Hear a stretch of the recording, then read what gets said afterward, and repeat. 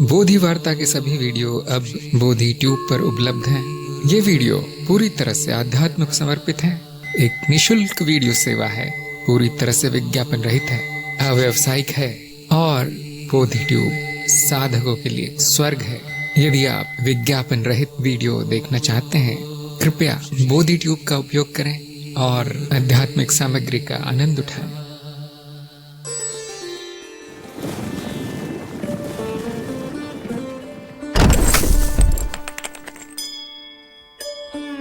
नमस्कार, बोधि वार्ता में आप सभी का स्वागत है। बोधि वार्ता सत्संग हम सभी के लिए एक अवसर है मिलने का और अपनी शंकाओं का समाधान करने का, प्रश्न उत्तर करने का और कार्यक्रम संबंधित कार्य करने का। जिनके भी कोई प्रश्न हो, कोई समस्याएं आ रही हो साधना में या कार्यक्रम में, तो सत्संग में पूछ सकते हैं। राजीव का प्रश्न है कि सब कुछ स्वप्न है, इस जगत और जो कुछ इससे परे होगा, क्या वह स्वप्न के अलग अलग स्तर अवस्थाएं हैं? देह की मृत्यु के पश्चात जो भी अवस्था होगी वह भी सत्य नहीं है और उसके पश्चात वह भी, तो क्या सभी अवस्थाएं भले ही कितनी सूक्ष्म कुछ क्यों न हो, सभी असत्य ही हुई? तो यदि यह समझ सही है तो क्या ब्रह्म निद्रा में है या जो भी तत्व निद्रा में है, उस ब्रह्म की निद्रा में और मनुष्य की निद्रा में कोई संबंध है? ये तो सभी जानते होंगे आप लोग कि जो परिवर्तनशील है वो असत्य है, अर्थात चित्त निर्मित है। चित्त निर्मित होने के कारण स्वप्न है। इस तरह से सभी अनुभव स्वप्न की भांति है, स्वप्नवत है। बहुत आसान है जानना। किसी भी तरह का अनुभव हो पूरी तरह से मिथ्या है और ब्रह्म की कोई अवस्था नहीं होती, चित्त की अवस्था होती है। ब्रह्म की एक ही अवस्था है, वह है सच्चिदानंद। जो मेरी अवस्था है, जो मेरी अवस्था है वही ब्रह्म की अवस्था है। चित्त अवस्थाओं से जाता है, क्यों? क्योंकि परिवर्तनशील है। मैं नहीं जाता, मेरी एक ही अवस्था है। मैं नहीं बदलता, जो बदलता है वो मिथ्या है। अंकुश ने कहा है कि तंत्र मार्ग में जो लोग साधना करते हैं उनको किसी से हाथ भी नहीं मिलाना चाहिए। क्या निर्देश ज्ञान मार्ग के लिए भी है जो जागृत स्वप्न सूक्ष्म अवस्था का प्रयोग कर रहे हैं? नहीं, ज्ञान मार्ग के लिए तो कोई निर्देश नहीं है। ज्ञान मार्गी ऐसा कुछ भी नहीं करता जो साधना में बाधा डाले, क्योंकि सारी साधना बौद्धिक है। ज्ञान मार्ग की किसी से हाथ मिलाने से आपकी बुद्धि चलना बंद नहीं हो जाएगी। हाँ, आजकल थोड़ा ध्यान रखिए, मैं तो किसी से हाथ नहीं मिलाता आजकल। जब से वायरस आया है विदेशियों ने भी हाथ मिलाना बंद कर दिया है। सबसे नमस्ते कीजिए, बहुत अच्छा है। मैंने आज ही देखा है कि लोगों ने आदत पूरी छोड़ी नहीं है, वो ऐसी मुट्ठी बंद करके टकराते हैं। तो मुझसे भी किसी ने मुट्ठी बंद करके टकराई तो मैंने कहा टच तो हो ही गया ना, इससे अच्छा तो हाथ मिला लो। तो ऐसे भी मत कीजिए, सिर्फ नमस्कार से काम चलाइए, खासतौर से जिनको आप जानते नहीं है। शिफाली ने पूछा ज्ञान मार्ग की कोई इतनी छूट क्यों है? क्योंकि सर्वोच्च मार्ग है, सर्वोच्च मार्ग है, जिसके कारण उसका असफल होने की संभावना बहुत कम है। छोटी मोटी चीजों से असफल नहीं होता ज्ञान मार्ग। जैसे कुछ खाने न खाने या कहीं जाने न जाने, कोई मंत्र पढ़ने न पढ़ने, कोई पूजा अर्चना करने, कुछ मानने न मानने, कुछ भी कर लीजिए आप। ज्ञान मार्ग इतना सटीक और शक्तिशाली है कि असफल नहीं हो सकता वह साधक। केवल बुद्धि काफी है ज्ञान मार्ग के लिए। अगर आप ऐसा कुछ कर रहे हैं जो कि बुद्धि को नष्ट करता है तो असफलता मिलेगी। जैसे भाषा की मिलावट कर रहे हैं, या भाषा नहीं आती, शुद्ध नहीं है भाषा, या पढ़े लिखे नहीं है, या तर्क वितर्क करना आता नहीं है, समझ अच्छी नहीं है, या ध्यान अच्छा नहीं है, ध्यान नहीं दे पाते। वीडियो चल रहा है, 1 घंटे का वीडियो है लेकिन ध्यान 1 मिनट का है, तो इस तरह की बुद्धि हो तो समस्या आती है। लेकिन बाकी चीजें ज्ञान मार्गी कुछ भी कर सकता है जीवन में, कोई समस्या नहीं। कोई नैतिक, कोई अनैतिक, कोई पाप, कोई पुण्य, कुछ भी नहीं है ज्ञान मार्गी के लिए। बुद्धि मात्र है, बौद्धिक मार्ग है।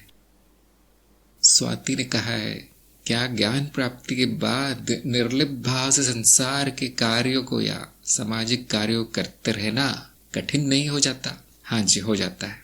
वो ऐसा नहीं है, इसलिए नहीं है कि ज्ञान मार्ग में कोई समस्या है, वो इसलिए है क्योंकि आपके कर्मों में समस्या है।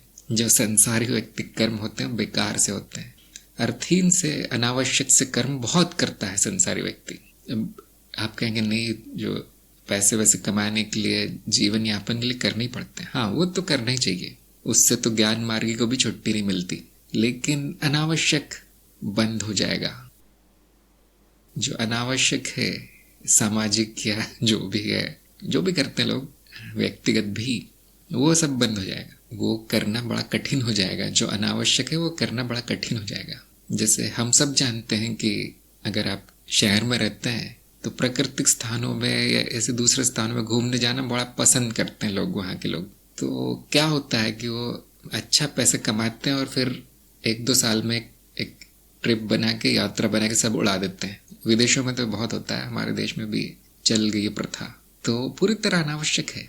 अगर आपको वो स्थान इतना ही पसंद तो वहीं रह जाइए, वहाँ नौकरी कर लीजिए, अपने घर में गांव में जाके खेती बाड़ी शुरू कर दीजिए, तो स्वावलंबी भी हो जाएंगे और प्राकृतिक जगह रहने का आनंद भी मिल जाएगा।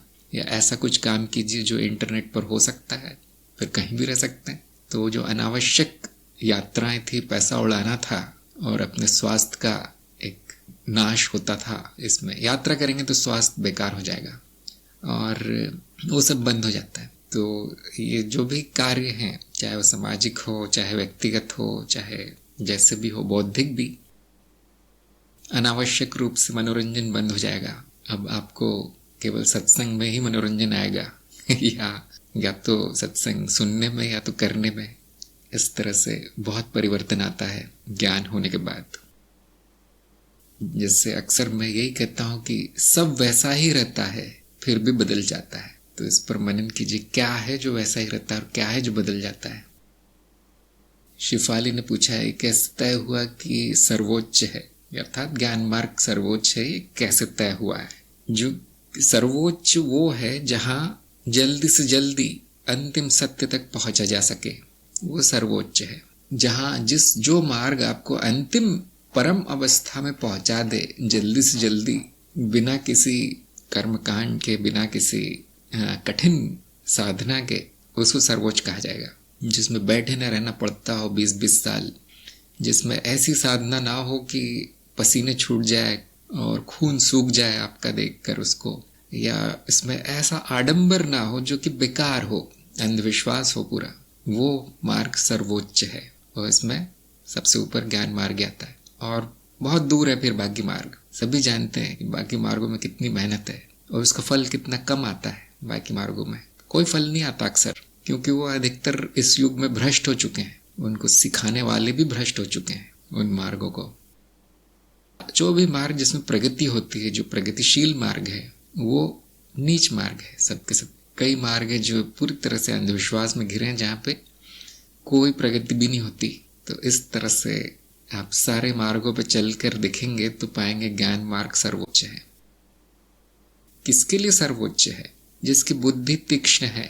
या तो बुद्धि तेज होनी चाहिए या फिर मुमुक्षुत्व और जिज्ञासा होनी चाहिए। ये दो चीज, जिसका अर्थ है कि बहुत रुचि होगी, फिर उसको इतनी रुचि होगी उस साधक को कि सब छोड़ के वो ज्ञान के पीछे पड़ जाएगा, तब उसकी सफलता निश्चित है। या फिर बुद्धि इतनी तेज होनी चाहिए कि बस गुरु ने 2 शब्द बोल दिए, हो गया काम हो गया उसका, समाप्त। क्योंकि आप जानते हैं कि सत्य बहुत छोटा सा है, बहुत सरल है सत्य, लेकिन जो अज्ञान का जो पहाड़ है उसको खोदना बड़ा कठिन है। तो जिसको भी ये जानना है कि एक सर्वोच्च मार्ग क्या है, उसके लिए मेरा सुझाव है कि 2-4 मार्गों पर चल के देखिए। मार्ग वैसे कई सैकड़ों मार्ग हैं, लेकिन मैंने 6 भागों में उनको बांटा है। 6 क्या कह सकते हैं, वर्गों में बांटा है, वर्गीकरण कर दिया गया है बोधिवार्ता में मार्गों का, जो ज्ञान सूत्र की श्रृंखला में आपको मिलेगा। और आप खुद ही देख लीजिए कि वैसा है या नहीं जो मैंने बताया। जो इस तरह का अनुसंधान करेगा वो अपने आप ही समझ जाएगा कौन सा मार्ग सर्वोच्च है। और ये अनुसंधान करने के लिए आपको कई वर्ष निकल जाएंगे। सभी शास्त्रों में कहा गया है कि सबसे पहला आध्यात्मिक मार्ग जो साधक को अपनाना चाहिए या जहाँ भी प्रयास करना चाहिए, वो है ज्ञान मार्ग, सबसे पहला।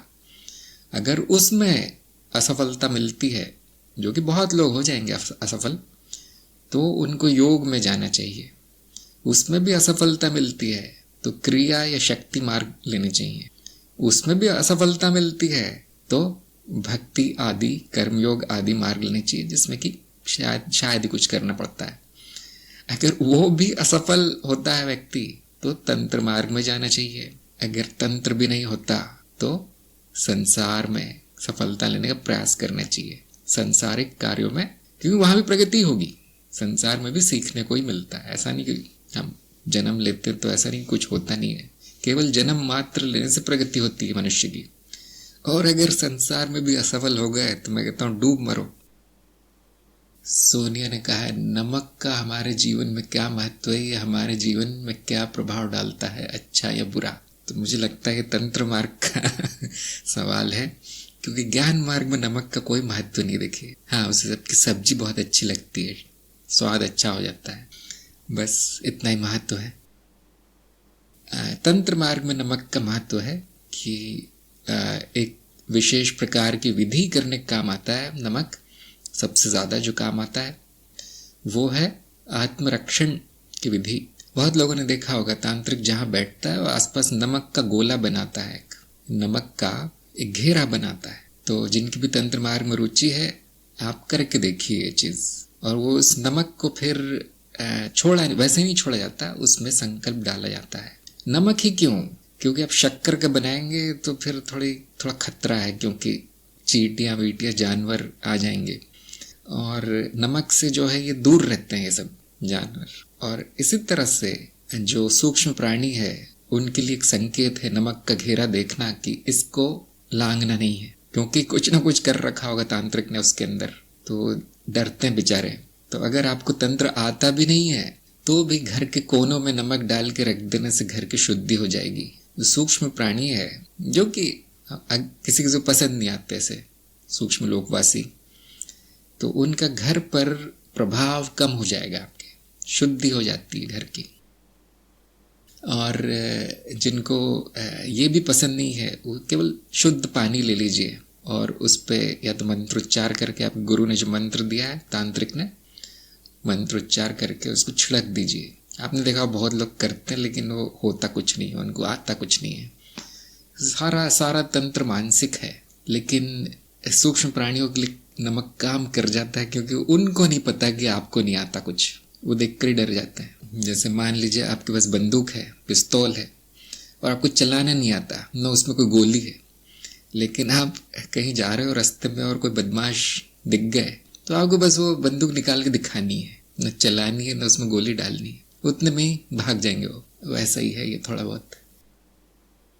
लेकिन जो फिर समझदार, जिसमें जिन प्राणियों में बुद्धि है, सूक्ष्म प्राणियों में, वो जान जाते हैं कि नमक बेकार है, सिर्फ दिखाने के लिए डाला है, उनसे रक्षा नहीं कर सकते आप। छोटी मोटी आत्मरक्षा, शुद्धिकरण नमक से किया जा सकता है तंत्र मार्ग में। तो हमेशा अपनी शक्ति बढ़ाइए, स्वयं को शक्तिशाली कीजिए। नमक, शक्कर और पानी और इन चीजों पे मत निर्भर रहिए, ऐसा मैं कहता हूँ जो तंत्र मार्ग में वो। स्वाति का कहना है कि क्योंकि कोई भी सामाजिक कार्यों में अब रुचि नहीं है, इसमें भी समस्या का सामना करना पड़ रहा है, क्योंकि परिजनों को अच्छा नहीं लग रहा। हाँ, तो समस्या परिजनों में है, आप में नहीं है स्वाति जी। आप ठीक है, आपकी बुद्धि चल रही है, परिजनों की भ्रष्ट है। तो जिनको भी समस्या है वो अपनी सुधार ले, आप कुछ मत कीजिए। प्रज्ञा ने कहा, सांसारिक कार्य मजबूरी जैसे लगते हैं। हाँ, कम से कम कीजिए कार्य, और आध्यात्मिक कार्यों में अधिक समय दीजिए। और जिनको भी परेशानी है वो उनकी बनाई हुई है, आपकी नहीं। खास तौर से ज्ञान मार्गियों से किसी को परेशानी नहीं होनी चाहिए, क्योंकि बेचारे कुछ करते भी नहीं। मैं जानता हूँ कि दूसरे मार्ग में लोग भजन कीर्तन जैसे कर रहे हैं, जोर जोर से चिल्ला रहे हैं सुबह उठ के, तो उनसे परेशानी हो सकती किसी को। या कोई सन्यास में चला गया, घर वर छोड़ के सब कुछ, नौकरी वोकरी, तो हाँ, जो उस पर निर्भर थे उनको तो बहुत परेशानी होगी, क्योंकि अब उनको पैसे वैसे कमाना पड़ेगा, खाली बैठ के नहीं कमा सकते, खा सकते, तो उनको तो बहुत परेशानी होगी। तो ज्ञान मार्गी तो कुछ भी नहीं करता। ज्ञान मार्गी तो अपना सब कुछ मानसिक है, उसकी साधना बुद्धि के द्वारा हो रही है, और उसको कुछ करने के लिए कुछ बताया नहीं गया है खास। चेतना में रहना इतना ही कहा गया है, जो भी करना संपूर्ण चेतना में करना, वो भी वैकल्पिक ही है, जिसको करना है करो, नहीं तो कोई ज़रूरी नहीं है। आपकी बढ़ी जाएगी चेतना, ज्ञान हो गया तो, है ना। जिस तवे के नीचे आग जल रही हो गर्म हो ही जाता है, तो ऐसी ज्ञान की अग्नि जल रही है और पहले से, तो चेतना अपने आप प्रकट होती, चेतना का प्रकाश। तो हम तो कुछ, ये तो कार्यहीन मार्ग है, कर्महीन मार्ग है ज्ञान मार्ग। तो कुछ किसी को समस्या आनी नहीं चाहिए, हमारे मन में क्या चल रहा है उससे किसी को समस्या आनी नहीं चाहिए। हाँ, समस्या आ रही है इसका अर्थ है कि उनके जीवन में कोई अशुद्धि है, परेशानी है। यदि एक समझदार, बुद्धिमान, ज्ञानी, पूरी तरह नैतिक, अहिंसक और मीठे स्वभाव वाले व्यक्ति से किसी को परेशानी है, तो फिर उस व्यक्ति का दोष नहीं है, किसी और का दोष है। शिफाली ने कहा है कि चेतना साक्षी भाव आता है पर चली भी जाती है, उसमें बने कैसे रहे। जो चरण 4 की जागृत अवस्था के प्रयोग का वीडियो है, उसमें सारे विधियां बताई गई है। अगर उन विधियों को करने के बाद भी असफलता मिलती है, तो मेरा सुझाव ये रहेगा कि दोबारा से आपके चरण 2 के वीडियो देख लीजिए सारे, क्योंकि अगर कई महीने हो गए हैं आपको परीक्षा पास करके हमारे कार्यक्रम में, तो इसका अर्थ है कि ज्ञान में कहीं कमी बची है, या तो बुद्धि में कोई अशुद्धि है कि बार बार भूल जाते हैं क्या बताया गया था, उसका सत्य भूल जाते हैं। मैं ये नहीं कहता कि रट लेना है हर चीज जो बताया गया था, सत्य याद रखना है कि ये चीज क्यों सत्य है। अगर जैसे चेतना में रहने का क्या अर्थ है कि मैं साक्षी हूं और साक्ष्य, ये जो दिखता है दृश्य, वो स्वप्न है, मिथ्या है, एक लाइन है। अगर वो एक लाइन भी याद नहीं रहती व्यक्ति को तो कहीं गड़बड़ है। मतलब इतना याद रखना छोटे बच्चे के लिए भी आसान होगा। जैसे अगर मैं पूछूं आपका नाम क्या है, कितनी देर लगती है जानने के लिए, याद रखने के लिए, याद करने के लिए। अगर मैं कहता हूँ पुरुष या स्त्री है, कितना प्रयास लगता है देखने के लिए कि मैं पुरुष या स्त्री हूँ। अगर मैं कहता हूँ आप साक्षी है या नहीं है, कितना समय लगना चाहिए। अगर दिन भर याद ही नहीं आ रहा कि मैं साक्षी हूं या नहीं, तो कोई ज्ञान नहीं हुआ, फिर कोई ज्ञान नहीं हुआ ना, उसका आपको प्रमाण नहीं मिला। इसका मतलब जिनको चेतना के लिए प्रयास करना पड़ रहा है, पसीने बहाने पड़ रहे हैं, चेतना नहीं आती, उनकी समस्या चेतना नहीं है या विधि नहीं है, उनकी समस्या है ज्ञान। ज्ञान नहीं हुआ अभी तक, प्रमाणित नहीं हुआ है। प्रमाणित से मेरा क्या मतलब है, जैसे गर्म तवा है, अब आपको कोई कितना भी बताए वो गर्म है, आपको याद नहीं रहेगा, ये आपके लिए उपयोगी नहीं है वो बात। लेकिन एक बार आप छू लेते हैं गर्म तवा, अब आपको याद नहीं दिलाना पड़ेगा, अब आपको बताना नहीं पड़ेगा कि वो गर्म है, अब आप नींद में भी नहीं छुएंगे उसे। इससे मैं कहता हूँ प्रमाण। इसका मतलब आपको प्रमाण नहीं मिला है अभी तक, जिसकी चेतना नहीं है ना, तो उसको एक ही बात समझ में आती है मुझे कि उसको ज्ञान ने झकझोरा नहीं है, हिला नहीं दिया है उसको उस ज्ञान ने कि मैं क्या हूं, ये जगत मिथ्या है। अभी भी वैसे ही चल रहे हो नींद में। हाँ, मैं जानता हूं कि एक बार उठने के बाद बार बार जो वासनाएं आदि हैं, चित्तवृत्ति, थोड़ी थोड़ी देर बाद आपको वापस जगत में ले जाएगी, अंधकार में ले जाती है वो चित्तवृत्ति। लेकिन ऐसा कितने दिन हो सकता है? जिसको ज्ञान हुआ है उसके ऊपर चित्तवृत्ति कितने दिन हावी हो सकती है? जैसा ये लोगों ने बताया, देखिए प्रज्ञा ने या स्वाति ने, सब उनके किए बिना हो रहा है, वो किए बिना होता है। अगर आप चोरी करने जा रहे हैं या आप ऐसी कंपनी में काम करते हैं जहाँ चोरी और अनैतिक कार्य करवाए जा रहे हैं, जनता से लूटपाट हो रही है, कितने दिन आदमी उस नौकरी में रहेगा ज्ञान मार्गी? क्या ये संभव है? नहीं, 10 साल हो गए मैं वही अनैतिक कर्म कर रहा हूँ जो मैं करता था सरकारी दफ्तर में या सेना में भर्ती हूँ अभी भी। तो कौन सा ज्ञान हुआ फिर? या लोगों को तराजू में जो है जब तोल के देता हूँ, मेरा धंधा है, तो उसमें 100-100 ग्राम निकाल लेता हूँ मैं। तराजू मैंने ऐसा कर रखा है टेढ़ा। कितने दिन हो सकता है काम? कहीं न कहीं ज्ञान शुद्धिकरण कर देगा अपने आप। कुछ लोगों में मैंने देखा एक दिन में हो जाता है, एक दिन में उनकी जो बंद आंखें थी खुली हो जाती, खुल जाती है, फिर बंद नहीं होती। हाँ, 1-2 बार अगर परिस्थितियों कारण या इच्छाओं कारण साक्षी भाव चला भी जाए, कोई बात नहीं, वापस आना चाहिए। जब परिस्थिति सामान्य हो जाए सरल हो जाए जीवन थोड़ा सा, तो वो याद आ जाना चाहिए कि ये क्या हो रहा है, वो क्या हुआ था, किस कारण से चेतना चली गई थी, ये सब याद आ जाना चाहिए। और जिनकी बुद्धि चल रही है वो जानते हैं कि अगली बार उसको ठीक कैसे किया जाए। तो ये रहस्य है साक्षी भाव का। साक्षी भाव की कुंजी प्रमाण है ज्ञान। गरम तवा छू के देखिए। जैसे एक और उदाहरण है कि हम बचपन में साइकिल चलाना सीखते हैं, तो जब तक एक दो बार गिर नहीं जाते, उस चित्त को जो भी हमारी जो अंदर प्रक्रिया चल रही है, जो साइकिल चलाना सीखती हैं, मांसपेशियों का संचालन और बुद्धि का और प्रयोग और ये सब ध्यान का प्रयोग, बड़ा काम है वो चलाना, मतलब छोटा मोटा नहीं है। जब तक एक दो बार गिर नहीं जाते हम, तब तक वो चेतना आती नहीं है कि वो कैसे संभालनी साइकिल।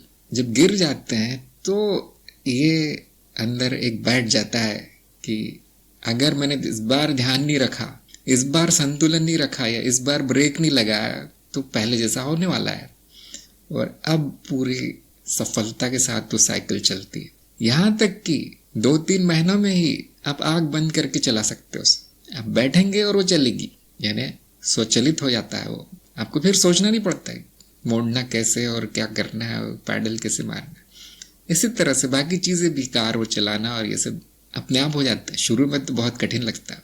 इसी तरह से जिनको चेतना कठिन लग रही है, वो अभी सीख रहे हैं नए नए, तो गिरिए, कोई बात नहीं, गिरते रहिए। दिन में 1-2 बार गिरना ठीक है। और उसकी चोट लगनी चाहिए मन में कि आज मैं चेतना में नहीं था।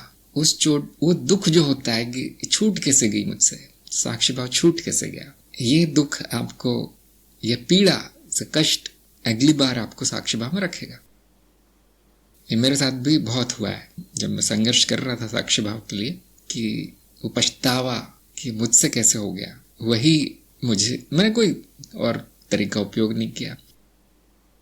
बहुत से लोग भागते हैं स्वप्न और सूक्ष्म लोक के प्रयोग के लिए। मैंने कहा ये तो ऐसे ही है, जो साइकिल चलाने नहीं आया और आप प्लेन चलाना चाहते हो, उड़ाना चाहते हो, या बड़ा ट्रक चलाना चाहते हो, 8 चक्कों वाला बड़ा ट्रक। अब कैसे होगा वो? साइकिल तो सीख लो। दिन में 5 मिनट भी चेतना नहीं है, जो भागते हैं। गुरु जी स्वप्न में नहीं आ रही चेतना। मैंने कहा कितने हो गए दिन तुम्हें? बोलते 7 दिन हो गए। ये तो सारा जीवन चलने वाला काम है। मुकुंद ने कहा है आपका समझाने का तरीका बहुत गजब है और इस मायारूपी संसार में पेशे से एक अच्छे शिक्षक होंगे। नहीं, मैं शिक्षक नहीं हूँ। मुझे क्या, कड़वा बोलना बहुत आता है बस। अगर आप सत्य बोलें और कड़वा बोलें तो सामने वाला समझ ही जाएगा। मैं किसी को सिखाने भी जाता हूँ तो मेरे में धैर्य बहुत कम है। 2-3 बार ही मैं प्रयास करूंगा, उसके बाद कहूंगा कि नहीं, ये मार्ग आपके लिए नहीं है। बहुत लोगों ने सुना होगा यहाँ पर। 1-2 बार ही प्रयास करता हूँ, फिर मैं कहता हूँ अब दूसरा मार्ग पकड़ लो, दूसरा गुरु पकड़ लो। दिलीप ने कहा है कि मुझ पर तंत्र प्रयोग हुए तो मैं समाधान ढूंढते हुए चैनल पर पहुंचा। मैं आपके वीडियो क्रम कहाँ से शुरू करूँ? देखिए, चैनल तो तंत्र के बारे में नहीं है हमारा, तो कहाँ से शुरू करें? चैनल ज्ञान मार्ग के बारे में है, तो सभी लोग जिनको भी ज्ञान मार्ग में रुचि है वो ज्ञान मार्ग की श्रृंखला शुरू करें। मैं तो तंत्र सिखाता नहीं हूँ। तो ये लिंक मैंने दिया है दिलीप को। अगर आपकी ज्ञान मार्ग में रुचि है तो बोधिवार्ता चैनल आपके काम आएगा। तंत्र मार्ग में रुचि है तो किसी अनुभवी तांत्रिक के दिशा निर्देश में साधना शुरू कीजिए। शिफाली ने कहा तंत्र का हमारे जीवन में क्या महत्व है? वही उतना ही महत्व है जितना डॉक्टरों का या इंजीनियरों का या आपके बैंक वालों का, जो भी हमारे जीवन चलाने के लिए उपयोगी है कार्य, वह उतना ही महत्व है। लेकिन अध्यात्म में उसका कोई महत्व नहीं है। क्यों मैंने कहा इसका महत्व है? क्योंकि जैसे विज्ञान है, जो तंत्र ज्ञान का ही एक स्वरूप है, उससे हमारा जीवन आसान हो गया है। आप सभी जानते होंगे कि एक शहर से दूसरे शहर में जाने के लिए आपको रेलगाड़ी में या फिर हवाई जहाज में बैठना पड़ता है, बहुत आसान है। पुराने ज़माने में घोड़े पर या बैलगाड़ी में 6-6 महीने लग जाते थे जाने में, जो अब 6 घंटे में संभव है। तो दूसरे देशों में जाने की संभावना ही नहीं थी पुराने ज़माने में। तो जीवन आसान हो जाता है, और आसान होने के साथ साथ थोड़ा जटिल भी हो जाता है, क्योंकि बहुत सारा काम जल्दी होने लगता है, तो गति बढ़ जाती है जीवन की। तो अगर आप नहीं भागेंगे जैसे दूसरे लोग भाग रहे हैं, तो आपका जीवन थोड़ा सा पिछड़ जाता है। तो एक तरह की भाग दौड़ शुरू हो जाती है इनसे। लेकिन फिर भी कोई भी नहीं चाहेगा कि वैज्ञानिक सुख सुविधाएं छोड़कर गुफा में रहने लगे या घास फूस के बने हुए घर में रहने लगे, कोई नहीं चाहेगा। तो इसी तरह से तंत्र मार्ग जीवन आसान कर देता है। जैसे कोई नहीं चाहेगा कि बीमार हो गए, वो कुछ हो गया उनको और वो डॉक्टर के पास न जाए, ऐसा संभव ही नहीं है, सभी जाते हैं। तो इसी तरह क्योंकि उससे जीवन बड़ा सुखी हो जाता है, कम से कम भौतिक रूप से जो है, सांसारिक रूप से सुविधा हो जाती है। वैसे ही तंत्र मार्ग है, जीवन सुखी हो जाता है, सुविधा हो जाती है, इच्छा पूर्ति वासना पूर्ति हो जाती है तंत्र से। और जिस तरह से हर तरह के ज्ञान विज्ञान का दुरुपयोग किया जा सकता है, उसी तरह से तंत्र का भी दुरुपयोग किया जा सकता है। और क्योंकि ये कलयुग है, नीचता ही नीचता है समाज में, इसलिए अधिकतर लोग तंत्र का दुरुपयोग ही करते हैं, इसलिए वो सिखाया नहीं जाता। अंकुश ने पूछा है, मानसिक विधि से कर्मों को कैसे काटा जा सकता है? मानसिक विधि, मानसिक विधि नहीं कहेंगे हम, उसे आध्यात्मिक विधि कहेंगे या आध्यात्मिक मार्ग कहेंगे कि ऐसा कौन सा मार्ग है जिससे कि कर्मनाश हो सके। तो ज्ञान मार्ग के उसमें बताता हूँ संदर्भ में कि जो भी कर्म चेतना में किए जाते हैं उससे वो कट जाते हैं। जो चेतना में नहीं हुए थे कर्म, उनका प्रभाव आता है, लेकिन इतना नहीं पड़ेगा जितना कि एक जो चेतना में नहीं है व्यक्ति, जो साक्षी भाव में नहीं है, उस पर जो प्रभाव पड़ता है वो बहुत अधिक होता है और वो प्रभाव के कारण और भी कर्म कर देता है वो बेचारा व्यक्ति।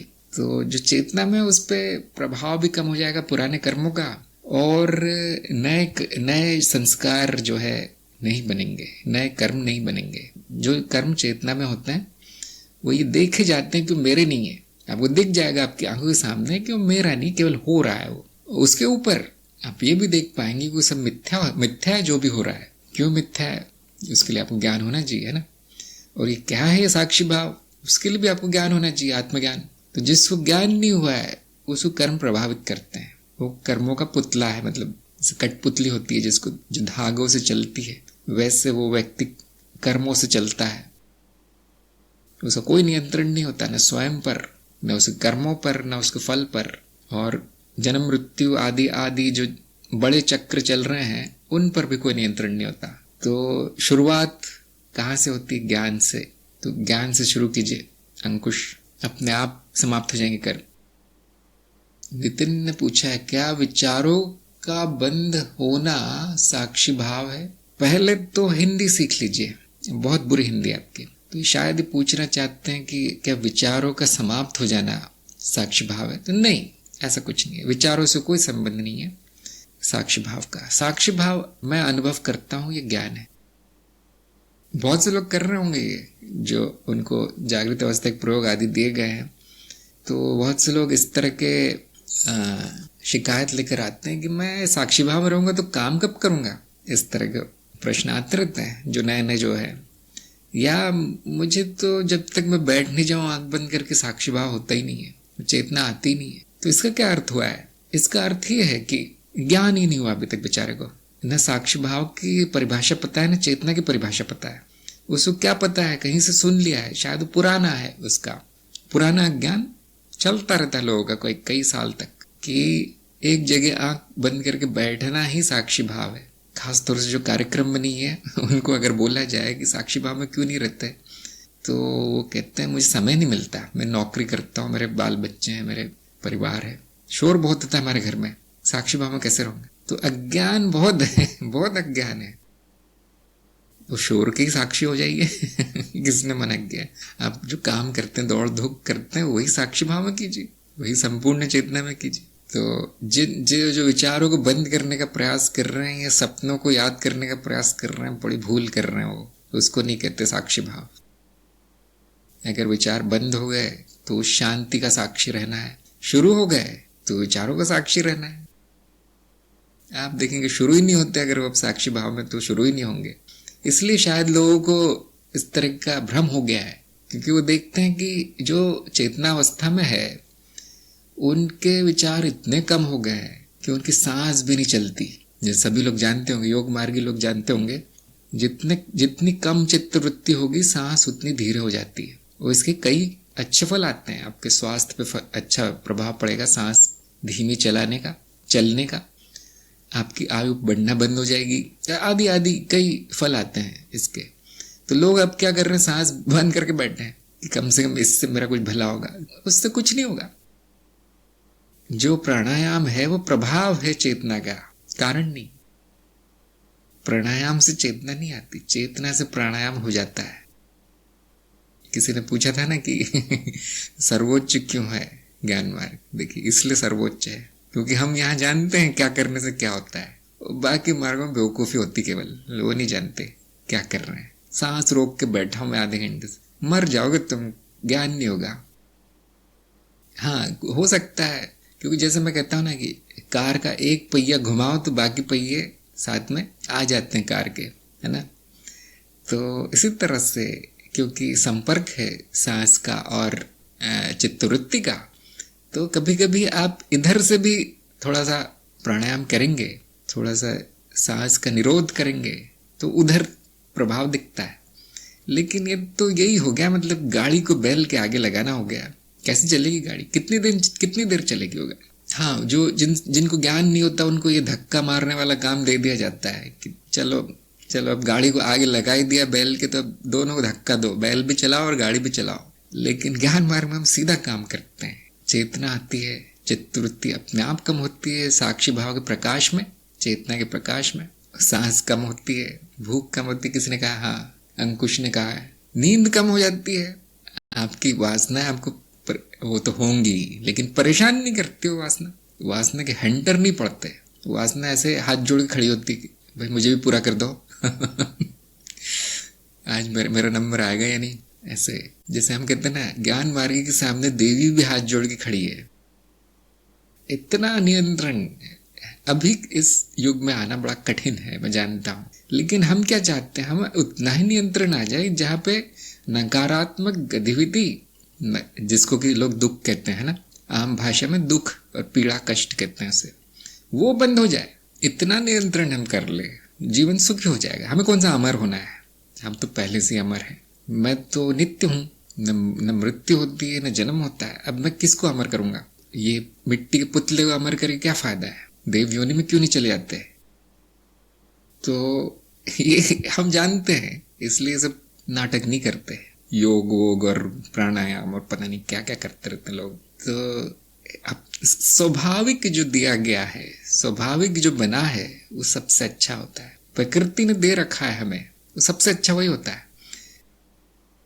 जैसे अगर आप नदी में एक जगह से दूसरी जगह जाना चाहते हो नदी के द्वारा, तो सबसे अच्छा क्या है कि जिस दिशा में नदी बह रही है उसमें अपनी नाव तैराइए। कुछ नहीं करना पड़ेगा आपको।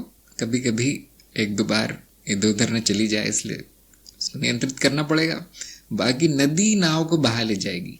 और अगर आप उल्टा जा रहे हैं, जो प्रकृति है उसके उल्टा जा रहे हैं, तो बहुत संघर्ष है फिर, और उसमें असफलता निश्चित है। तो आप देख रहे होंगे कि बाकी मार्गों में क्यों सालों लग जाते हैं और क्यों असफलता निश्चित है वहां पे, क्योंकि प्रकृति के उल्टा जा रहे हैं। कुंडलिनी जागृत कर ली, वे क्या प्राकृतिक है कि प्रकृति ने हमें इस योग्य बनाया है कि वो शक्ति झेल पाए शरीर? वो पागल जैसे हो जाते हैं, पागल खाने पहुंच जाते हैं, या इस तरह के कुछ भी करते रहते हैं। पता नहीं क्या करते हैं लोग। क्या होता है इन इस तरह के योगासन या क्रिया करने से क्या होता है? मैं आपको एक किस्सा सुनाता हूँ कि एक बंदा बैठ जाता था आंख बंद करके, सांस बंद करके। अब कई सालों तक ये किया उसने, उसको किसी ने बताया नहीं, न कोई गुरु है न कुछ। कई वीडियो देख लिया उसने यूट्यूब पे, तो विज्ञापनों के बीच बीच में थोड़ी सी विधि बता दी गई और वो उसने कर ली और कई सालों तक किया। अब उसका क्या परिणाम होता है कि वो खड़े खड़े चलते चलते नींद में मूर्छा में चला जाता है। अपने आप सांस बंद हो जाती, मूर्छित हो गिर जाता है। और वो मेरे पास आए, गुरु जी सही विधि बता दीजिए। मैंने कहा सही विधि ये है कि तुमको पकड़ के झापड़ मारने चाहिए 2-3, शायद बुद्धि चल जाए। किसने कहा था ये सब करने के लिए? क्या ये प्राकृतिक है जो तुम कर रहे हो? कि शरीर झेल सकता है ये चीज जो तुम कर रहे हो? उसका क्या परिणाम हुआ? तो बहुत से लोग हैं ऐसे, बहुत से लोग हैं, कुछ भी करते रहते हैं वो इधर उधर से। न गुरु है, न मार्ग है, न उनको पता है अध्यात्म क्या है, पता नहीं क्या करते रहते हैं। तो उसके बुरा प्रभाव पड़ता है। ज्ञान मार्ग में अगर आप गुरु के अंतर्गत हैं तो कोई खतरा नहीं है, कुछ नहीं होगा आपको। अगर गुरु नहीं भी है तो क्या होगा, अधिक से अधिक अज्ञान वैसा ही रह जाएगा, ये थोड़ा ज्ञान होगा, पूरा नहीं होगा। इससे ज्यादा कोई खतरा नहीं है ज्ञान मार्ग में, इससे ज्यादा कुछ नहीं होगा। तो इस तरह तरह की मान्यता कैसे आ गई लोगों के मन में कि विचार बंद कर दो तो साक्षी है, और ये बंद कर दो तो साक्षी, घर छोड़ दो तो ज्ञान हो जाएगा मुझे। इस तरह की मूर्खता इसलिए है क्योंकि गुरु नहीं है उनका कोई। गुरु होता भी है तो गुरु के निर्देश पर नहीं चलते। अच्छा ABCD सीख लो, क ख ग घ लिखना सीख लो, नहीं नहीं नहीं, माया के रहस्य बताइए आप, माया पर नियंत्रण कैसे कर लूँ मैं कल। तो इस तरह के आ जाते हैं तो उनको निकाल दिया जाता। फिर जैसे किसी ने कहा था ना कि आप बहुत अच्छे शिक्षक होंगे, नहीं, शिक्षक अच्छा होने से कुछ नहीं होता, शिष्य अच्छा होना चाहिए, शिष्य में गुण होने चाहिए, सिखाने वाला तो सिखाई देगा। शिष्य अच्छा हुआ तो देख देख के सीख जाएगा वो शिक्षक को। हाँ मैं देखूंगा कैसे करते हैं, कैसे बोलते हैं, कहाँ से लेके आते प्रमाण, सुन सुन के आ जाएगा। मैंने भी ये बहुत किया है। जब गुरु उपलब्ध नहीं होते, मतलब नहीं होते हैं अक्सर गुरु उपलब्ध, या तो बहुत पैसे लेते हैं उपलब्धि के, तो कैसे करते हैं लोग, देख देख कर सीख गया मैं। एक बार आपने कुंजी उसकी पकड़ ली तो फिर आप हर चीज का प्रमाण ले आते हो। एक बार ज्ञान हो गया तो कोई प्रमाण की भी आवश्यकता नहीं फिर। और ध्यान दीजिए, ज्ञान का अर्थ है प्रमाण, सुनना नहीं होता ज्ञान का अर्थ। किसी से सुन लिया, कहीं पढ़ लिया, वो ज्ञान नहीं है। प्रमाण अप्रोक्ष अनुभव और तर्क से ही मिलता है। तो कुंजी नहीं लोगों के पास, इसलिए तो ऐसे भटकते रहते हो। ऐसा नहीं कि बात लिखी नहीं है, सभी शास्त्रों में ये चीज लिखी है कि ज्ञान मार्ग को अप्रोक्ष अनुभव और तर्क पर चलना है, यही है हमारे। फिर भी वो छोड़ के हर चीज करते रहते हैं लोग, जबकि वो सबसे आसान है। मैं दृष्टा हूं, कितना प्रमाण चाहिए उसके लिए, कितना तर्क चाहिए। मैं वस्तुएं नहीं हूं, मैं कोई अनुभव नहीं हूं, कितना चाहिए उसके लिए, कितना समय लगना चाहिए, कुछ भी नहीं। लेकिन वही छोड़ के बाकी चीजें करते रहते हैं। तो इसका भी एक कारण है जो कि हम ना ही बताएं तो अच्छा है। जय का प्रश्न आया है कि जो सब देखने जानने वाला है, जो दृश्य है और दृष्टा दोनों एक ही है, क्योंकि दोनों ही अनुभव में है, दोनों ही जानने में आते हैं। जगत और सभी प्रकार के विचार और उन विचारों को जानने वाला मैं, व्यक्तित्व भी विचार ही है। अन्य विचारों की भांति दोनों में कोई अंतर नहीं है। हमने धारणा में केंद्र बना लिया कि यह मैं हूँ जानने वाला, और अन्य सब जानने में आने वाले विषय मुझ में अलग है। वास्तविकता में देखने वाला और दिखने वाला, विचार और विचारों को जानने वाला दोनों एक है, दोनों ही दृश्य है, दोनों ही अनुभव है, दोनों में द्वंद नहीं है। ब्रह्म बस संघर्ष चल रहा है, स्वयं से स्वयं का दर्शन हो रहा है मुझे। इस पर मन पर प्रकाश डालें। देखिए मैं प्रकाश डालूंगा तो आपको अच्छा नहीं लगेगा, क्योंकि आपकी जो शब्दावली है बहुत बेकार है। इसको पढ़ के कोई भी नहीं समझ पाएगा आप क्या कहना चाहते हैं। तो सीधे सीधे ये कह दीजिए कि अहम भाव और जगत और शरीर एक ही है, जो अनुभव के अंतर्गत आते हैं, और मैं उसका अनुभव करता हूँ, और अंत में ये दोनों एक ही है, अद्वैत द्वैत नहीं है। इतना आप एक लाइन में कह सकते थे, लेकिन आपने जो इसका खिचड़ी बनाई है शब्दों की, वो किसी की समझ में नहीं आएगी। ये ज्ञानी के लक्षण नहीं है। ज्ञानी जब बोलता है तो बिल्कुल सटीक शब्द प्रयोग करता है, जो आपने कार्यक्रम में सीखे होंगे। क्या मैं ऐसे बोलता हूँ वीडियो में? तो थोड़ा सा शब्दों की परिभाषा पर ध्यान दीजिए और सही शब्द उपयोग कीजिए, जो एक दूसरे समझ पाए, दूसरे लोग। मनन कीजिए, दोबारा प्रयास कीजिए, और दोबारा मुझे लिख कर दीजिए 2 दिन बाद, आज नहीं, 2 दिन लीजिए सही निष्कर्ष निकालने में, सही शब्दों का प्रयोग करने में। अंजलि ने कहा है, द्वैत और अद्वैत के अतिरिक्त क्या विशिष्ट द्वैतवाद भी कुछ होता है? यदि है तो वह क्या है? हाँ जी, होता है। वो क्या है? बकवास है, कोरी बकवास। ये जितने भी बाद में आए हैं वेदों उपनिषदों के बाद, जितने भी अद्वैत के प्रकार निकाले हैं लोगों ने, सब बेकार है। उनको पढ़ना तो क्या, वो नाम भी लेना समय नष्ट हो जाएगा आपका। तो इसलिए हम भी समय नष्ट नहीं करेंगे। ध्यान दीजिए, एक ही अद्वैत है सारी सृष्टि में, वो है मैं ब्रह्म हूं, समाप्त, अद्वैत। महिपाल ने कहा है, भूत प्रेत रोगी अगर ये मार्ग में जुड़कर आगे चलने लगे तो उसको जो चीज लगी है वो निकल जाएगी। क्या होता है वो भूत प्रेत के साथ? देखिए, जो मैं ये कहता हूँ कि कम से कम ज्ञान मार्ग में जो आते हैं उनको मेरा सुझाव ये रहता है कि पहले सब ठीक कर लीजिए। आपके शरीर में रोग है, मानसिक पीड़ा है, या प्रेत बाधा है, या इस तरह के तंत्र मंत्र के चक्कर चल रहे हैं कई जन्मों से, ठीक कर लीजिए उनको पहले, मैं ये कहता हूँ। नहीं तो क्या होगा, असफलता मिलेगी। और जो इस लालच में आता है अध्यात्म में कि कुछ ये चीज़ें ठीक हो जाएंगी, मनोरोग ठीक हो जाएंगे, या फिर क्या कहते हैं शरीर के रोग ठीक हो जाएंगे, इस लालच में जो आता है अध्यात्म में, उसको गुरु क्षेत्र सहयोग नहीं मिलता। मैंने देखा है बहुत पैसे आ जाएंगे, मैं आराम से बैठ कर ऐश करूंगा, चलो ज्ञान मार्ग में चलते हैं, कुछ नहीं होगा। पहले पैसे कमा लीजिए, पहले ये सब सही कर लीजिए। जो भी बाधाएं हैं आपके जीवन में, जो भौतिक हो, पराभौतिक हो, दैविक हो, आदि दैविक हो, जैसी भी हो, समाप्त कर लीजिए, पहले ठीक कर लीजिए। उसके बाद मार्ग में चलने का अर्थ है। उसके पहले चलेंगे तो पहली बात तो गुरु ही निकाल देंगे आपको, जाओ ये सब आपके लिए नहीं है। और फिर क्या होता है, ऐसा व्यक्ति दूसरा मार्ग ढूंढता है जहाँ पे उसको स्वीकार कर लिया जाए उन अशुद्धियों के साथ।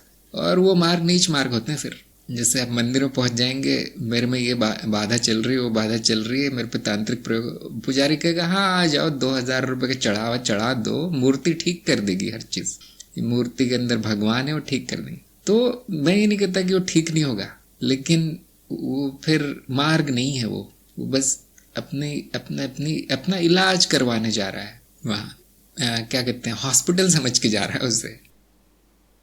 तो जिन पे इस तरह की बाधा है, वो ओझा, बाबा, तांत्रिक आदि के पास जाके ठीक करवा ले। मैंने देखा वो उससे भी नहीं होती ठीक। वो शुद्ध सात्विक जीवन शैली अपनाने से ठीक होती है ना। मान लीजिए आपको अपचन की बीमारी है, कुछ भी पचता नहीं है, और उसका कारण ये है क्योंकि आप बाहर बहुत खाते हैं, बाहर का बना हुआ और गंदी जगहों पे बना हुआ खाना खाते हैं, अशुद्ध खाना। अब आप डॉक्टर के पास कितनी बार चले जाइए, वो डॉक्टर दवाइयां दे दे के थक जाएगा, लेकिन उसका कारण क्योंकि समाप्त नहीं हुआ है, अशुद्धि का जो सूत्र है वो नहीं छोड़ा गया अभी तक, तो डॉक्टर भी कुछ नहीं कर पाएगा। तो इन जो भी लोगों पर इस तरह के तंत्र प्रयोग हो गए हैं, या जो फंस गए बेचारे इसमें किसी गलती से, तो उनकी अशुद्धि वैसी ही रहेगी जब तक कि अपना जीवन ना वो बदले, सात्विक जीवन में ना आ जाए।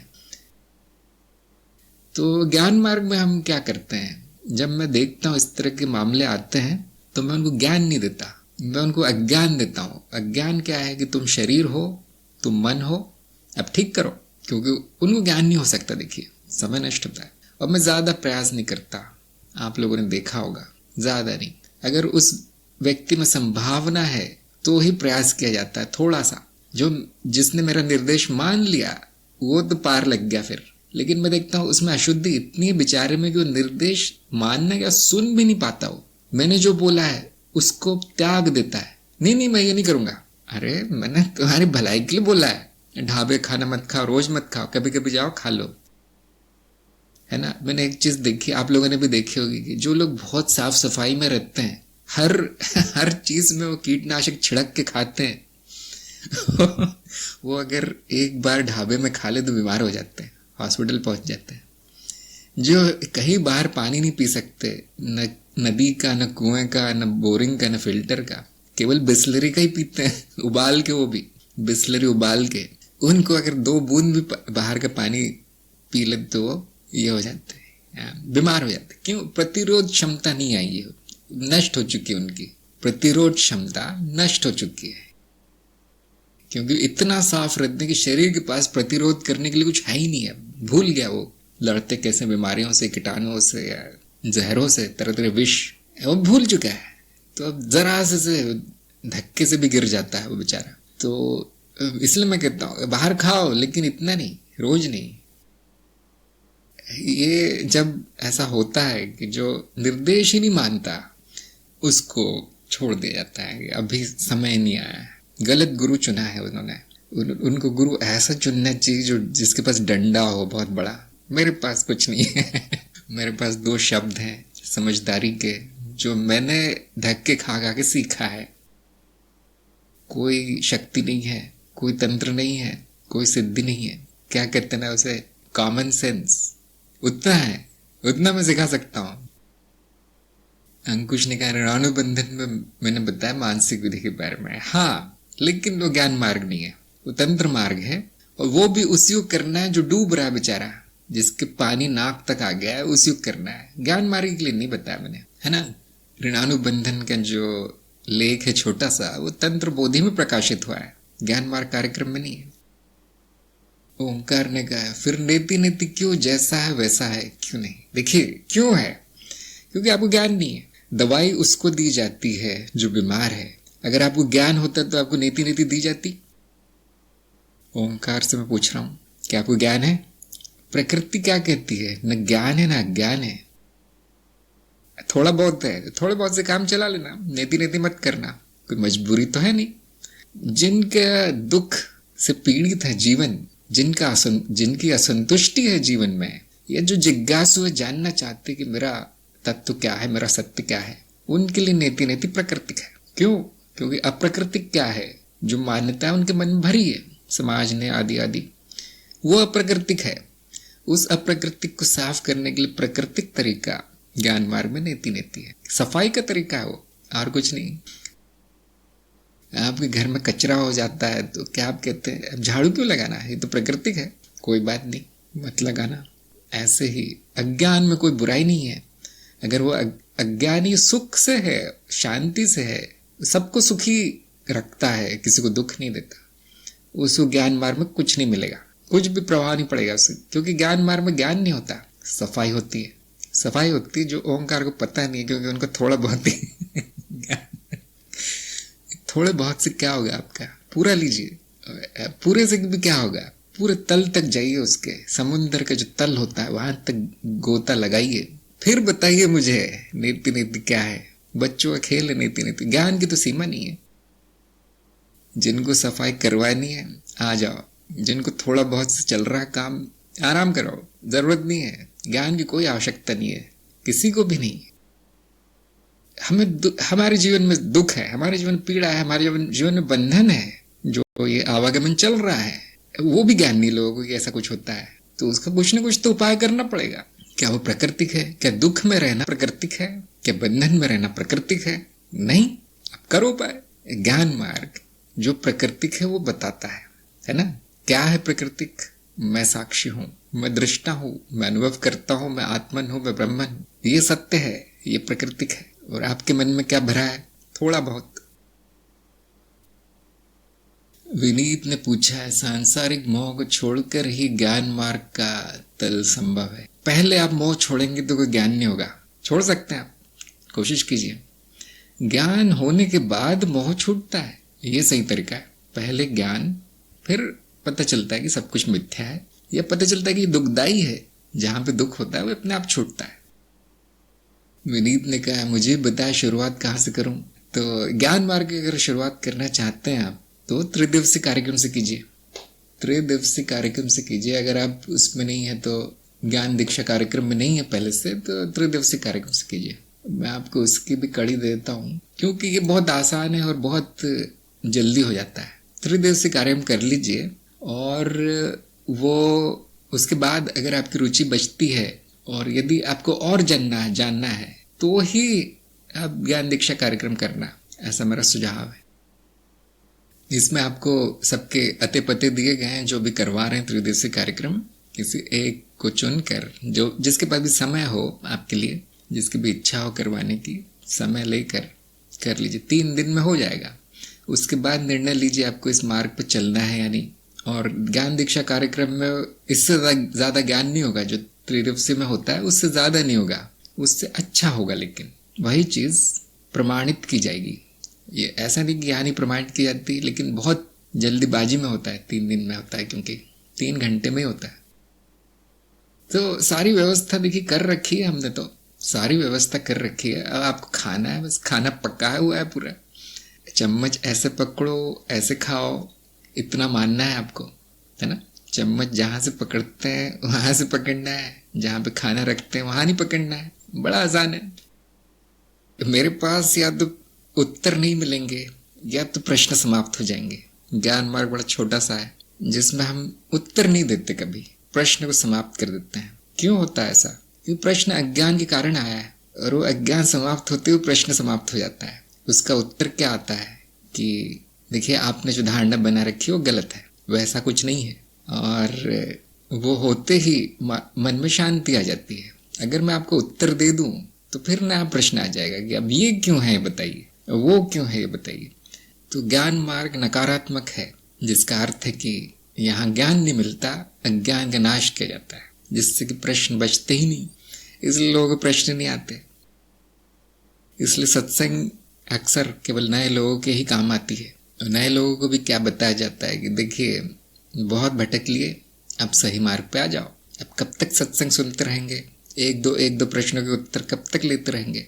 अब मार्ग पर चलना शुरू कीजिए। आप अगर आपको यहाँ आकर्षित हुए हैं इस बोधि वार्ता में, ये ज्ञान मार्ग है, आप ज्ञान मार्ग की तरफ आकर्षित हुए हैं, और एक सही गुरु चुन के, जो भी आपको पसंद हो, जो इतना कड़वा न बोलता, उसको चुन के मार्ग शुरू कीजिए।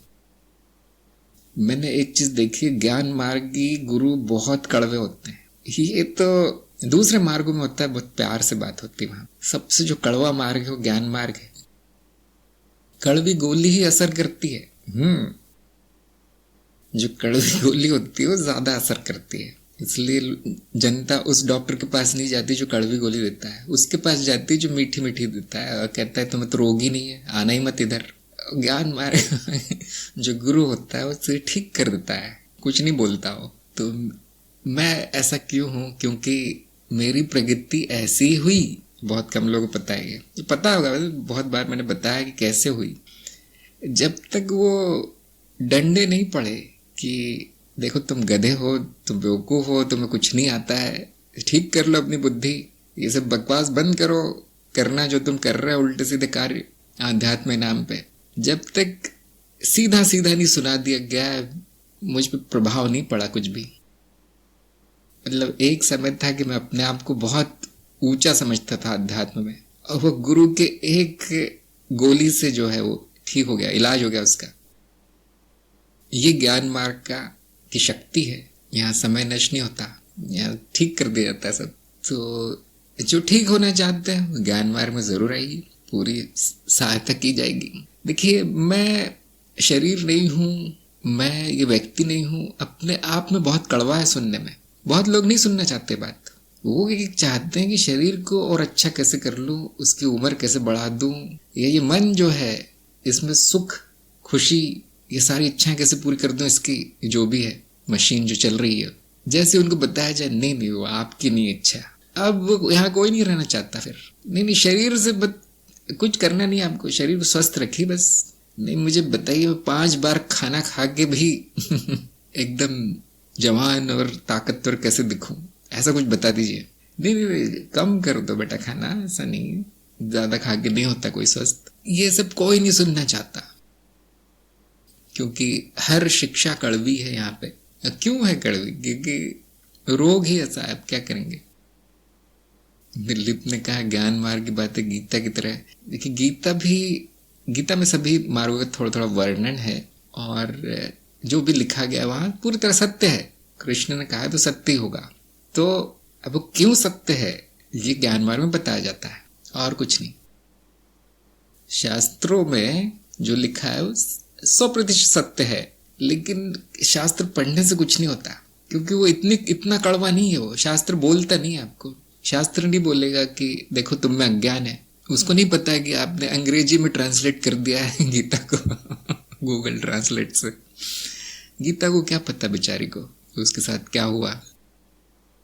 गुरु जानता है क्या कर रहे हैं लोग, इसलिए गुरु से डरते हैं। बहुत से लोग मेरे पास आके पूछते हैं कि आप वो किताब बताइए जिससे आपको ज्ञान हो गया, कौन सी किताब पढ़ लूं जिससे ज्ञान हो गया। मैंने कहा अगर ऐसा होता तो गुरुओं की नौकरी चली जाती, गुरुओं की दुकान बंद हो जाती फिर। क्योंकि अभी तक तो किताब ही पढ़ते हैं बचपन से, तो ये सोचते हैं अध्यात्म भी किताब से हो जाएगा फिर। और ऐसा नहीं है कि नहीं होगा, बहुत सी किताबें लिखी गई हैं जो बहुत अच्छी हैं, लेकिन कड़वी दवा ही उसका सबसे सरल इलाज है। एक दिन में खत्म ज्ञान मार्ग, है ना। 3 दिवसीय कार्यक्रम एक दिन में खत्म किया जा सकता है अगर आप में इतनी क्षमता है तो। गुरु की आवश्यकता इसलिए पड़ती है क्योंकि किताब में शक्ति नहीं है। ये देखो ये देखो मिलिश्री का जो मैसेज आया है, अभी अभी मैं बोल के खत्म किया था मैंने कि किताबों में कुछ नहीं मिलेगा। तो ऐसे लोगों का भविष्य नहीं है ज्ञान मार्ग में। आप किताबों के मार्ग में जाइए, शायद कुछ मिल जाए। हाँ, किताब तो मैं भी लिख सकता हूँ ना, काफी कुछ लिखा भी गया है, ऐसा नहीं कि नहीं लिखा मैंने, काफी कुछ लिखा है। मैं तो कहता हूँ हर ज्ञान मार्गी को अपनी किताब लिखनी चाहिए, अपना उपनिषद स्वयं लिखिए, ऐसा मैंने कहा है। लेकिन वो ज्ञान का सूत्र नहीं है, यहाँ तक कि गुरु भी नहीं है ज्ञान का सूत्र, ज्ञान का साधन गुरु भी नहीं है। हमने तो गुरु को भी निकाल दिया है ज्ञान के साधनों में से, केवल अप्रोक्ष अनुभव। हम तो कहते तर्क भी नहीं, तर्क भी अप्रोक्ष अनुभव आधारित है। जिसको अनुभव नहीं होता उससे कुछ नहीं होगा। और ये किसको नहीं पता ये बात, जिन्होंने वीडियो देखे नहीं है। आपको अगर किताब चाहिए तो आपको किताबों की दुकान में जाना चाहिए, सत्संग में कहाँ किताब है। हाँ जी, जिनको ज्ञान हो गया वो सब लिखिए, बोलिए, वीडियो बनाएंगे, मैं आपकी सहायता करूंगा। हल्दर ने कहा मैं एक लिख रहा हूँ। सबको एक एक ब्लॉग खोल देना चाहिए या किताब लिखना शुरू कर देना चाहिए। जो भी ज्ञान आपको है, छोटा मोटा ही सही, मूल ज्ञान बड़ा छोटा सा है, अब उस पर लिखने का अधिक होता नहीं है। बहुत से उपनिषद आपने देखे होंगे एक पेज में प्रिंट हो जाते हैं, प्रिंटर के पेज बच जाते हैं। उपनिषद इतनी कितनी आप देख सकते हैं विकसित चीज है, उन्नत उन्नति बहुत थी उस समय। वहां जो कार्य किया गया आपके प्रिंटर के पेज बचाने के लिए किया गया, तो प्रिंट नहीं करना है, पढ़ लेना है उसे। और वो भी यही कहेगा, उपनिषद भी यही कहेगा कि अनुभव ले लो, अब अप्रोक्ष अनुभव। और आप देखेंगे वो भी काम नहीं आता जब तक कि गुरु नहीं बताता कि ये जो भी देख रहे हो तुम वो सब गलत है, जो भी सोच रहे हो देख कर सब गलत है। वो भी लोगों को समझ में नहीं आता जब तक बुद्धि न चल रही हो सामने वाले की। गुरु का संकेत भी तब पकड़ में आएगा ना जब उसमें क्षमता है पकड़ने की। वो कब आती है क्षमता? गुरु के साथ रह रह के आती है। मेरे साथ भी यही हुआ है। किताबें तो मैंने बहुत पढ़ी है, ऐसा नहीं कि मैंने नहीं पढ़ा, मैंने बहुत पढ़ी। इतनी पढ़ी किताब देखकर ही चक्कर आ जाता है मुझे, इतनी किताबें पढ़ ली, लेकिन ज्ञान कुछ नहीं हुआ उससे। लिख के दे सकता हूं मैं, अज्ञान बढ़ जाता है किताबों से, ज्ञान नहीं होता। देखिए ममता ने लिखा है यहाँ, बिना गुरु के ज्ञान नहीं होता है, प्रमाणित हो गया। आपसे मिलने के बाद अब किताबों में जो लिखा है समझ में आ रहा है। हाँ, ये सही चीज है। यहाँ पे अब घोड़ा गाड़ी के आगे लगा है और मिलीश्री का घोड़ा गाड़ी के पीछे चल रहा है। अभी भी सही घोड़ा नहीं खरीदा आपने, तो ऐसा घोड़ा लीजिए जो गाड़ी को खींचे, आपको नहीं खींचना पड़े गाड़ी को, है ना। पहले ज्ञान लीजिए, उसके बाद सारी किताबें समझ में आएंगी, हर किताब समझ में आएगी, हर शास्त्र जो आपके मार्ग करनी है वो भी समझ में आने लगेगा। मैं जब ये पढ़ता हूँ शिव मार्ग के या गुरु ग्रंथ साहिब और ये किताबें पढ़ता हूँ मैं, और मुझे हर चीज समझ में आती है उसमें लिखी हुई। जो उस मार्ग में उसको नहीं समझ में आती कभी, हो उसको ज्ञान नहीं हुआ बेचारे को, शब्दों से ज्ञान नहीं होता। मिलीश्री ने कहा आपने बताया था पिछले सत्संग में महागुरु किताब पढ़ने के लिए। हाँ, ज्ञान होने के बाद पढ़ लीजिए, ऐसा नहीं कि नहीं पढ़ना है। ज्ञान होने के बाद आप पहले तो लिखिए किताब, उसके बाद पढ़िए बाकी लोगों ने क्या बोला है अपनी अपनी किताबों में, और आप देखेंगे नींद आ जाएगी, वो पढ़ के नींद आ जाएगी। ज्ञान में कुछ बोलना नहीं होता, ज्ञानी को कुछ बोलना नहीं होता खास, जब तक कि वो अपनी करुणा के कारण दूसरों का भला नहीं कर रहा है तब तक वो बोलना भी नहीं चाहेगा। वो ज्ञान में क्या है बोलने का, ज्ञान मार्ग में मौन है। यहाँ ज्ञान का अंत मौन में होता है, शब्दों में नहीं। तो मिलीश्री ने हर चीज छोड़ दी है, 100 सत्संगे हो गई है, 200 वीडियो हो गए हैं, हर चीज छोड़ के एक वाक्य पकड़ा है कि इसकी किताब पढ़ लेना, है ना। मतलब आपके पास हीरे मोतियों के पहाड़ है और सोना पड़ा है, और वहां पर जाकर आप कचरा ढूंढ के लाते हैं वहां से। गुरु जी आपने ये बोला था, ये कौन सी बुद्धि है? एक पुस्तक नहीं पढ़ पाएंगे। हाँ, पद्मजा ने कहा है एक किताब आधी भी पढ़ ले तो बहुत बड़ी बात है। मैं तो नहीं पढ़ता कुछ, ऐसा नहीं कि मैंने पढ़ी नहीं, जितनी भी मेरे पास किताबें थी सब दान दे दी लाइब्रेरी में, किसी और का समय नष्ट होगा मेरा नहीं मुझे नहीं चाहिए। ढेर थे किताबों के। मुझे याद है कि जब नई नई नौकरी लगी थी तो सारे दोस्त मिलकर बाहर जाते थे, वहां बियर पीते थे, जैसे सैलरी उनको मिलती थी, पैसे मिलते थे, पगार। और मैं बुक स्टोर जाता था, और मोटी से मोटी जो कोई नहीं पढ़ता किताब, जो बिकती भी नहीं है, वैसी किताब लाके मैं पढ़ता था। तो अब लोगों को तो शक हो गया था कि अब तो ये पागल खाने जाने वाला है। कुछ ज्ञान नहीं होता किताबों से। गुरु की बात सुनिए, उससे मनन कीजिए, हो गया ज्ञान। अपनी निधिध्यासन में मौन में रहिए सारा जीवन। ऐसा नहीं किताबों का महत्व नहीं है, बहुत महत्व है, लेकिन ज्ञान होने के बाद, है ना। ज्ञान होने के बाद महत्व है, पहले नहीं। ज्ञानी किताब लिखता है, पढ़ता नहीं है।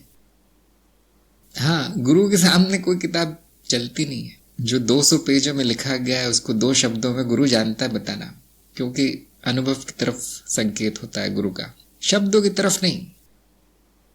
अभी भी बहुत से लोग शब्दों में पढ़े, जैसे जय का जो संदेश आया था, ये वो बुद्धि है जो शब्दों में उलझ गई है। क्या आपको अनुभव हुआ या नहीं एकता का? हाँ, हो गया है, यही सत्य है। अब शब्दों की क्या आवश्यकता है? अब मनन क्यों चल रहा है?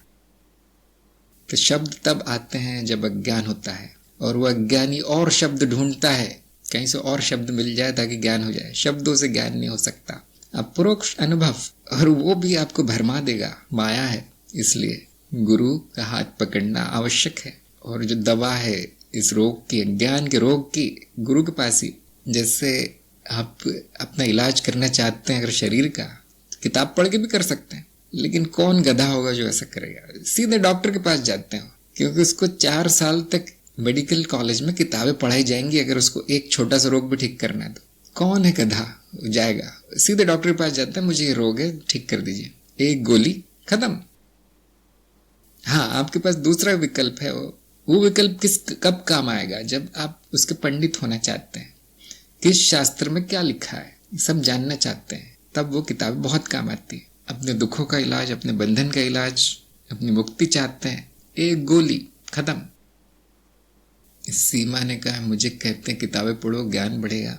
जो लोग कहते हैं उन्हीं को पढ़ा दीजिए आप सारी किताबें, बोलना आप पढ़ के मुझे बता देना क्या ज्ञान होता है। प्रज्ञा ने कहा, अध्यात्म में रुचि जागृत करती किताबें। हाँ, जब आपका गुरु नहीं हो तो किताबें काम आएंगी, लेकिन ज्ञान नहीं होगा, रुचि जागृत हो जाएगी।